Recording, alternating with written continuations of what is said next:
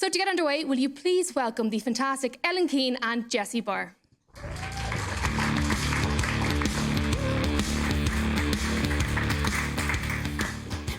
Hello. Hi. So we're going to start off a little bit lighthearted today, have a little bit of fun, and it's a section called 5 Things I Want to Know About You.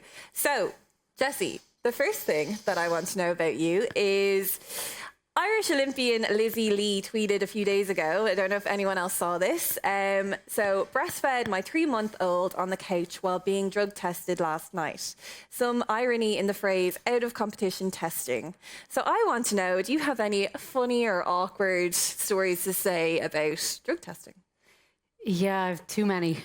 To be honest, the whole thing from start to finish, if anyone isn't aware of what happens during a drug test, is someone comes along to your house, as you well know. Someone comes along to your house, a nurse, I don't even know what Tom. So there was Tom and Eileen, married couple, used to always come to my house. There was a nurse, there was Tom, who filled in the forms. So much as well that you actually get to know them. Yeah, and then there was another lady whose sole job was to watch me pee. And when she watched me pee, my pants were down at my knees and everything was rolled up. So there was no dignity. She got to know me pretty well. But I remember one day they turned up and training had been changed. So you have your hour slot that you say every day you're definitely going to be at home. And my training had changed, so it actually clashed just a little bit with that hour slot, and I completely forgot to update it. So I arrived home and the drug testers were sitting outside my house. And I was like, oh, come in, it's fine. And they said, look, where have you been? I said, I've been at training. And they said, well, we can't actually test you within 2 hours of training because obviously your blood levels and things won't be accurate. So I said, okay, well, what does that mean? They said, well, you just have to come in. So I had my dinner. They had a cup of tea with me and they sat and watched me cook really badly for 2 hours. We just had a chat. There's been other times where we haven't all fit in the toilet. You know, there's been loads of, I'm not going to go into the details of my very small ensuite and 2 people trying to fit, but yeah, there's not as much as breastfeeding. Not as bad as that. No. That's gas. Yeah. Very good. What's your question so for me? I don't have as many as you on your big notebook, but I have my... so first question I want to know, Ellen, is if you weren't an athlete, what would you be doing right now, do you think? See, I don't know really the answer to that question because for me, my sport really revolves around my disability. So I was born without my left arm from below the elbow. And I think the reason why I got so involved in sport is because it was kind of an option for me that I could do. But my mom used to be a hairdresser. So I really, like, one of the things I really hated not being able to do was, like, I really wanted to be a hairdresser. So, like, the only time I get really frustrated about my disability is when I'm not able to do something with my hair. So I'd love to, like, attempt that. But also I used to do dancing. So I had to choose between dancing and swimming at some stage. So I actually... When I was younger, I was doing like 5-6 sessions a week in the pool, but I was also doing like 3 dancing as well. So I was competitive at dancing. So I had to make that decision. So I chose swimming, and I think I made the right decision there. Yeah, you did, definitely. My next question for you is, what is your most embarrassing sporting story? I actually don't have as many. I think I'm hard to embarrass. But it was... When I was a bit younger, there was one that kind of springs to mind always as just being kind of a serves me right more than an embarrassing story. And this kind of thing has happened to me a few times. So obviously I was a hurdler, 400-meter hurdler before I retired. And I remember when I was younger, I thought I was about 16, 17. I'd won, I'd been at national championships, thought I was great.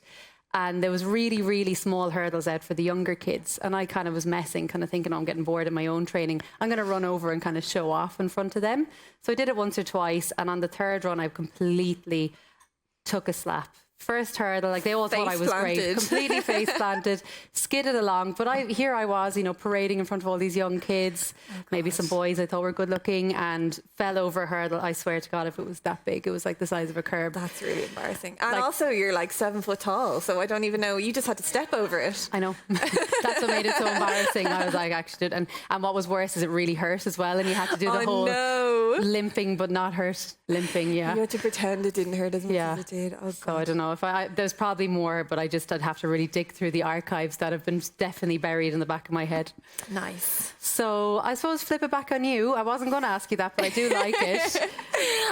I'm glad because we kind of ran through the questions beforehand. So we had like a few minutes to kind of think of our answers. And I'm glad I had time to think of it because I actually couldn't think of it for ages because it's kind of, I tried to forget it. So I've been swimming my whole life. You think having swam my whole life, I would have learned the lesson of always make sure that you bring your underwear with you to the pool. Because sometimes when I have a morning session, I might like roll out of bed, put my swimsuit on, and then like put clothes on top of that. So that's easier and quicker to get into the pool. And one morning, it was a Saturday morning, I forgot my underwear, put my leggings on, and they slit right up the back. Yeah, it was very, very, very awkward. But thankfully, I had a really like big coat with me. So I kind of just like tied it around my waist and walked out. But yeah, good one. Always bring your underwear. Okay. Question, do you have any pre-race rituals from when you were competing? I went through phases with them, and I remember it was before I started the hurdles, I used to do the high jump, and so we used to always go away on competitions when I was younger, and I don't know whether it was in a hotel or an airport, but it was one of these kind of machines where you do the grabby thing and you win a prize, and I won a little teddy, and he kind of became my lucky mascot because at that competition I competed really well. So he had a tail, he was a little dolphin, his tail was all crooked, so we called him Bentley. He became infamous on the trips, and I remember once... How long ago was this? Like, this is when I'd say I was about 15, so 15 years ago. But yeah, he just became like my mascot. He had to be in my bag, and I remember once like he wasn't in my bag in a competition, which means he was up in the warm-up area, and I sent people to go running to find him. No. Completely irrational, and it's something I would now in my work tell athletes not to rely on because it doesn't help. But other than that, because after that, once I started in the 400 hurdles, I didn't really have any routines other than absolutely every bit of my hair had to be out of my face. Okay. I was that person I asked Keira McGee this question because I get you like look at that athletics and some of the girls have mad hairstyles, so you have to have it scraped back. I had to have it scraped back, every single hair. Like I didn't have one of these ones where I was blessing myself or I was doing jumps or I had to touch the blocks a certain amount of times. I was very just chilled as long as I was relaxed. But it literally, if one single hair fell from my head when I was in the blocks, that was me thrown. Did you ever put like gel in to try and... I was not far off it, to be honest. Okay. So what are one or some of the most important lessons you've been taught from being an athlete or that you can take away from being an athlete? I think mostly the importance of exercise for my mental health. Even so, I would train every day apart from Sundays, and Sundays would be my day off. And even if maybe I had a morning off and I was racing or training in the evening, I'd really notice the difference in my mood. I'd feel like I'd have loads of energy and I wouldn't know what to do with the energy. So I think just the importance of having a routine and making sure I exercise every day. And if I'm feeling that little bit stressed out, just go and exert that energy in the pool, or maybe when I retire, I'm not going to say this is going to happen, but maybe go for a run. I'm not very talented at running, but who knows? So yeah, and then also, like I really learned who my real friends were. I think when you have a goal and a dream, and like there's people around you who don't fully support that, and they make life that little bit difficult for you, or they make it easy for you to miss out on things. You really do realize who your true friends are, and I think I'm really grateful that I learned that lesson quite early on. Yeah, I can definitely agree with that. And I suppose now that I have retired, I definitely understand your first point about the benefit of exercise and mental health. I mean, I'm a psychologist, so I should know this, but when I retired, the last thing I wanted to do was to exercise. And I did notice that difference in my mood, even just walking the dog, how much better it made me feel. And it's just getting out and moving my body now. I'm not training for a goal. And I kind of, because of that, I didn't really want to get out and do any exercise because I didn't really feel like I had a purpose anymore. You're like, I've done that. And now I'm like, I don't need to exercise. It's great. I don't need to exercise anymore. But I realized I really did, even if it wasn't for any physical benefits, just to keep me sane and keep my mind kind of in the right place. So yeah, cool. If you weren't a runner / hurdler, what sport would you have chosen? Tennis. Tennis? Yeah. Really? Were you good at tennis? No. Oh. Is it the money associated with tennis? I think there's so much. Look, I suppose every sport looks glamorous on the outside, but I just think something like tennis, it looks quite glamorous. Look, okay, to be kind of, superficial. They look very nice when they play, but they get to travel. They're always competing. With athletics, I only had a season, so I only competed over the summer. So I spent the whole year training and for that 3 months of kind of glory. So I ended up picking up a lot of injuries just before that summer season. So I actually missed a lot of competition just because an injury fell at the wrong time. Whereas with tennis, they seem to be competing all year round. So you kind of now, okay, that could be tiring in the other side. But for me, having missed so much because of just badly timed injuries, there's probably always an opportunity to be competing. You got to go to amazing venues. With most athletics competitions, you're going to cities where people are going, where's that now? You don't get to see it. Whereas with tennis, I feel they get to go to really beautiful places. But you also have to get to the point as well in the rankings where you get invited to those nice events. Well, let's say I was the best tennis player, Ellen, okay? You're better than Serena Williams. Yeah, no, that's what you would have done. That's what I would like to have done. I love watching it as well. I think as a sport, I just think it's class. And now that you've retired, have you taken up tennis? Nope.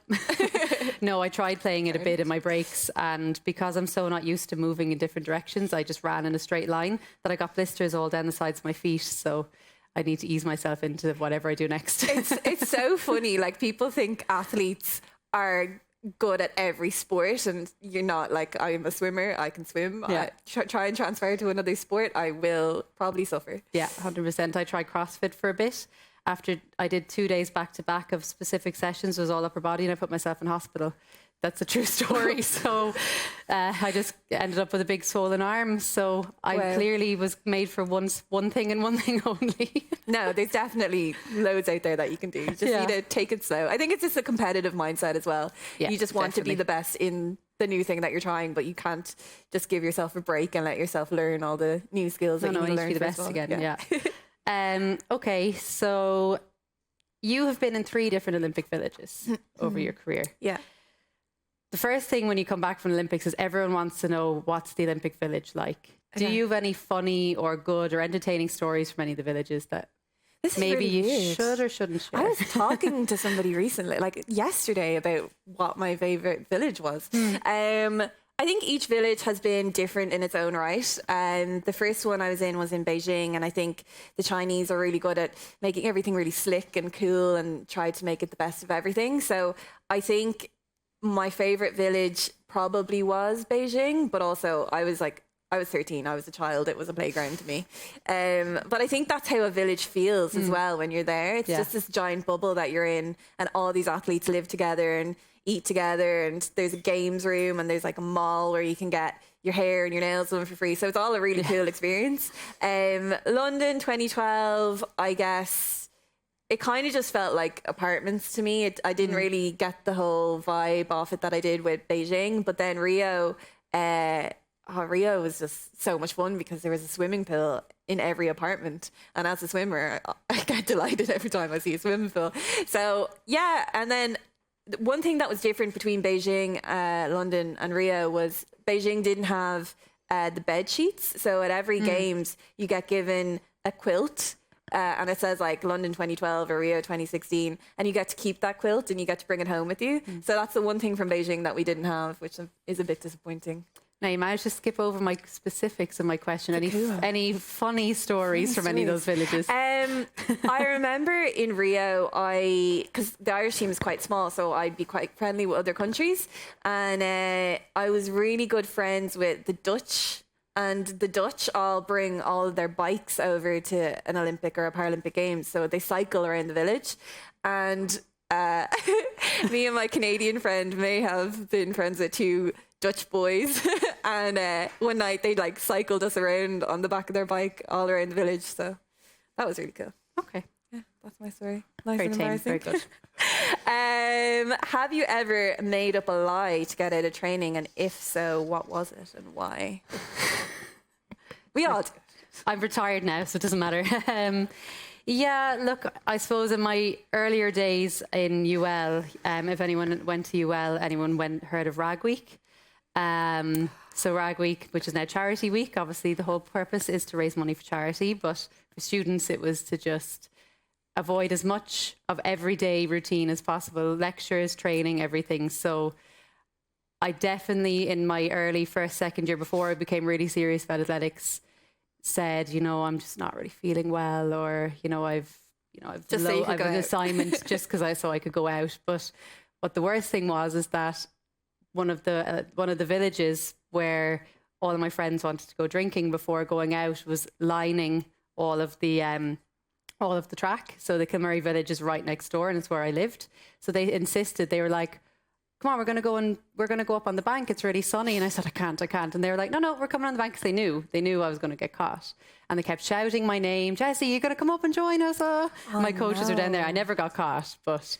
So you remember I talked about earlier about finding your real friends? Yeah. They're not. They're still my not those friends, people. but yeah, they were kind of trying to catch me out. But look, that was the worst I did. I did enjoy training, but there were some times it just fell at the wrong time. Okay. Yeah, so that was probably the biggest one, was pretending I was Nice. At sick, least you're coming clean sick during now. Rag Week. They weren't born You're yesterday. definitely they going to knew. get a text off your old coach now. Yeah, they definitely knew. So This for is the final you, one. yeah. So I actually had two more questions, but the last one's very short. Okay. So what are the best and the worst aspects for you of being an athlete? The best is obviously the kind of life you get to live, in terms of, I love my sport, I love what I do, and training is my job, and that's what I'm paid to do. And then I get to travel the world, I get to meet amazing people. But the non-glamorous side of it is, sport is hard. It's heartbreaking, and a lot of people don't see that. They see all your highs and none of your lows. And I try as well on my Instagram to try and let people know that there is a low side. So I performed at World Championships in October, and I wasn't, or September, and I didn't compete as well as I wanted to, and I was really disappointed, and I shared that on social media, and I think it was important for me to do that as well, so that everyone got a more realistic idea. And also, after swimming, I might have to go somewhere straight away, I might have to go to the shop or something, and it's really I don't notice it because I'm in my own little bubble of, I just need to go do this, but I literally walk around Blanche shopping centre with the most disgusting tracksuit bottoms on, with my hair in a wet bun and maybe mascara running down my face, and I'm just coming from training. That's just normal for me. But I realized to other people, I might just look a little bit weird. Yeah, fair. I will reverse that on you, because I have no other questions. Okay. I suppose the best part was, the lifestyle that you get. And I suppose I can look back, everything is now retrospective. I'm looking back, it kind of threw rose tinted glasses. But I suppose the best part was getting to do something that you loved as a career. So something that I grew up doing, that I made all my best friends out of, that I just loved going to do, suddenly became a career. And I just didn't realize till I finished just how lucky I was. Obviously the travel and all that kind of stuff was amazing, but it was just every day I look forward to it. Okay, there was hard sessions, but I only now look back and think, God, how lucky was I that I got to, go and compete at the top level and do so, and because it was something that I loved doing. So I suppose you kind of forget that when you're just doing it day in, day out. And the worst part was injuries. That was what ended up ending my career. And just kind of those times that people don't see, and maybe the understanding that isn't there for them. I mean, I cried over injuries more than I cried over anything else, because on the flip side of what I just said, the thing that I loved doing, the thing that I made all my friends, that I was making my money, that I spent all my time thinking about, as soon as you're injured, all of that's pulled out from underneath you. Yeah. And it's just how quick it can all change. It could just be one wrong step off a footpath, or it can just be one extra run that hurts your hamstring, that suddenly you're not able to do that thing you love doing, that you're good at, that makes money. So the thing that makes it so good is what also makes it so hard, is that your identity is so tied up in it that it's an amazing thing to be doing when it's going well, but when it's going wrong, it's a really hard thing. So I suppose now I can look back and kind of appreciate what it was when it was good, because I spent so much time focusing on when it was bad. Yeah. I suppose we'll talk more about that in a second. But the last question I had for you was, and we've already talked about this, any hidden talents or things people might not know about you? So earlier I said I used to do dancing. My hidden talent is the worm. I can do the worm. That's my party trick. I pull it out. There's plenty of space. Maybe when we finished. Good thing I wore trousers. I will do it. You all heard it here first. Okay, now that's our 5 things I want to know about you. We're going to go look a bit more deeply into your life. So, Jessie, athletics. Tell me how it all began. Well, for those who may not know, I have a younger brother who does athletics as well, 400-meter hurdles, same as what I used to do. We share a birthday, obviously share a house.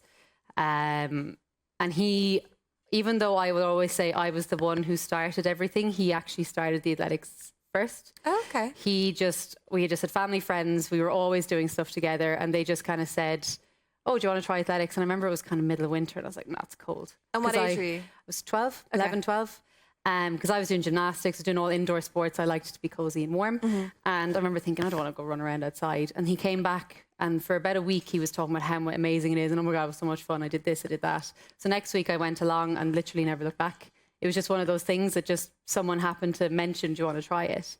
And I never looked back because it was a sport that it wasn't, you know, if you weren't good at running, you didn't have to just run. You could jump, you could throw, you couldn't walk. Yeah, why hurdles? Because I tried all of those other things. And you weren't good at it. No.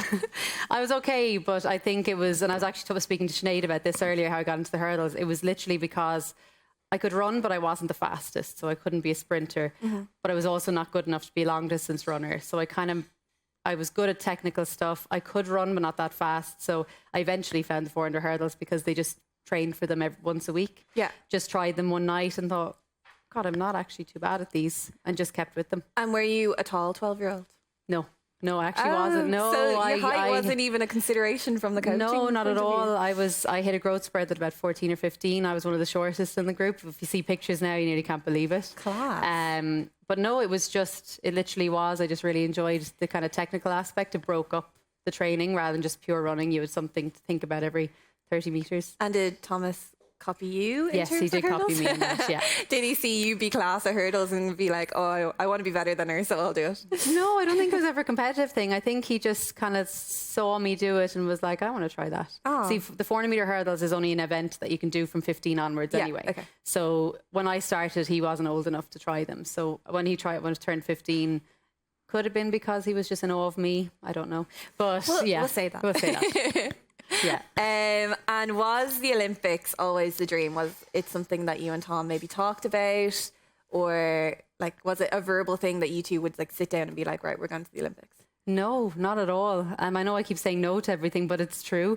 Like I was never that kid, and I used to work doing presentations in school, and I'd always say I was never that kid in the class who a teacher saw me running up and down in PE and said, you need to find your local athletics club.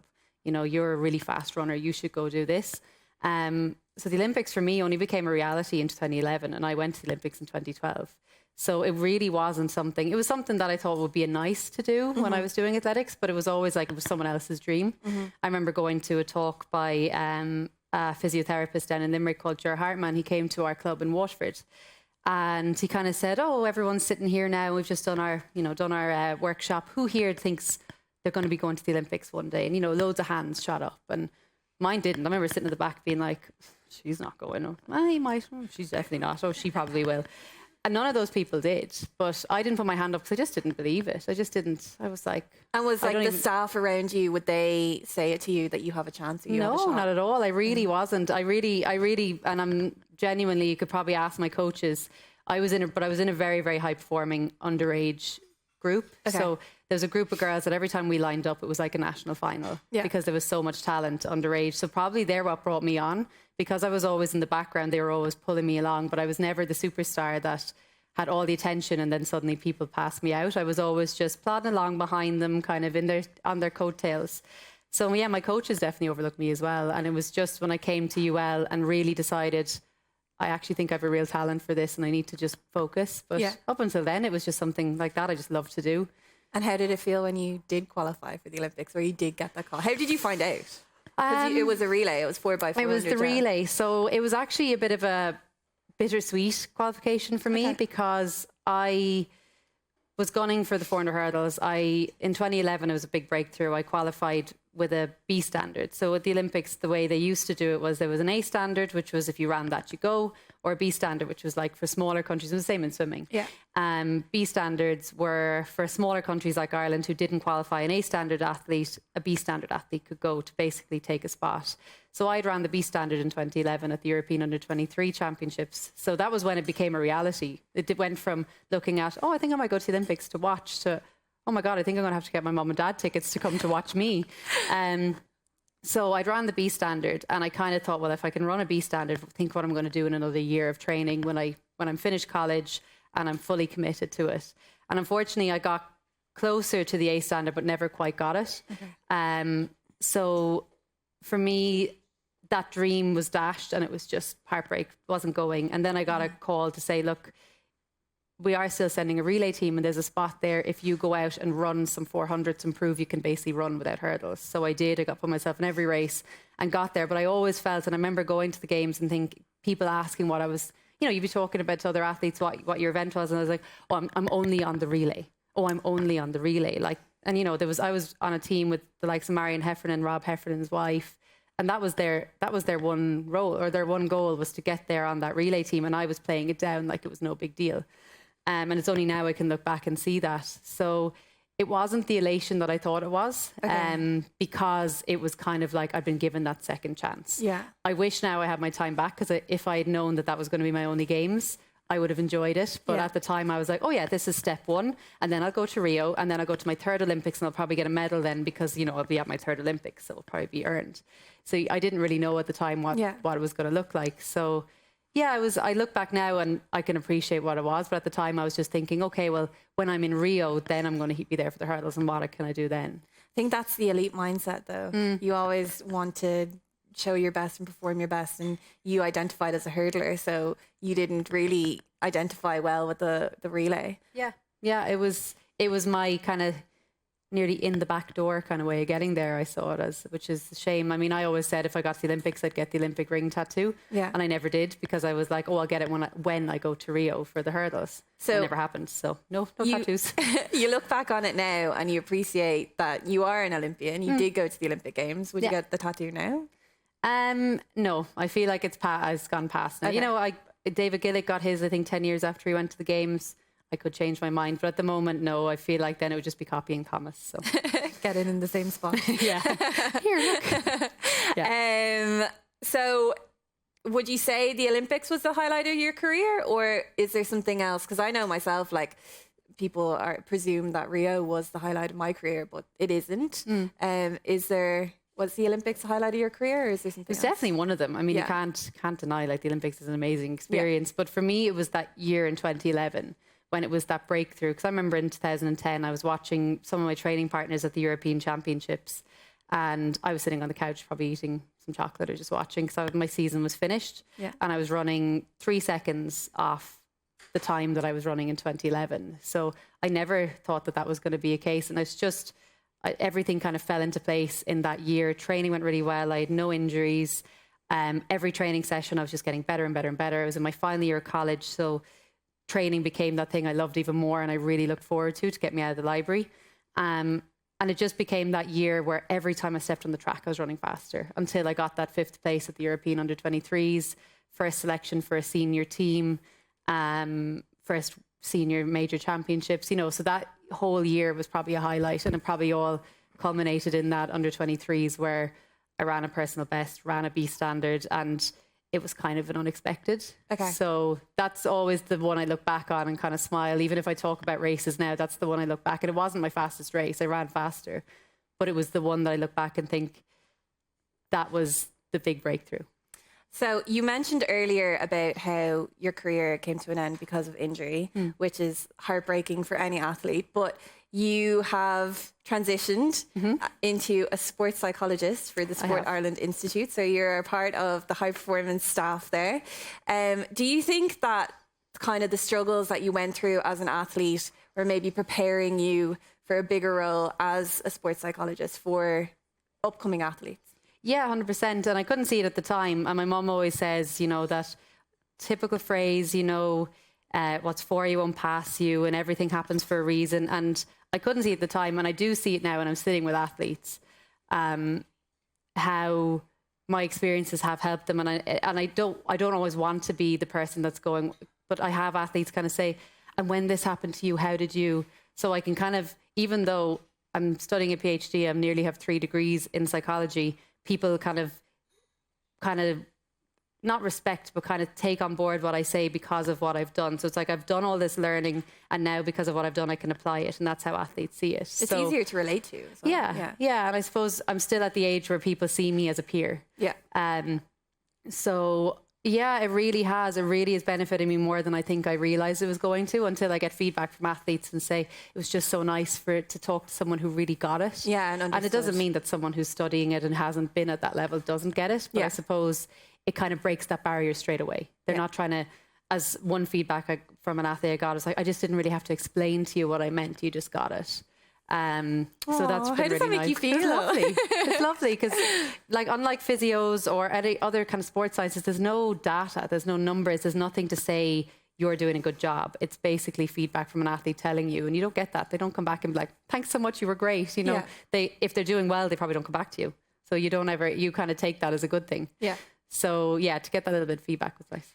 And now when you watch your athletes who you're working with competing, because every athlete, whether it's an individual or a team, we all have a group of staff behind us who are the reason we're on that start line, or like we didn't get there by ourselves. Like it's our team that supported us. So how do you feel when you see one of your athletes who you worked hard with competing and achieving? Oh, I feel so proud. I actually. Do you almost feel like you're out there with them? Yeah. Now I really understand, you know, how coaches and parents. Now I'm not a parent myself, but I can understand now. I get so nervous. And I get so invested, and I'm on Twitter. I could be at a competition with one group of athletes, refreshing tweets about the other athletes that I'm watching, and I just feel so proud. And I send a little text before, a little text afterwards, and just to get back a thanks so much. You know, really appreciate all the work we've done, or just to see them performing well. It's, you know, I get really invested, even with people I've only met once. So it's really nice. I really love it. That is so lovely. Right. Thank you very much, Jessie. We Thank you. Wish you all the luck in the future. We're going to take a short break now. Jess is going to come up.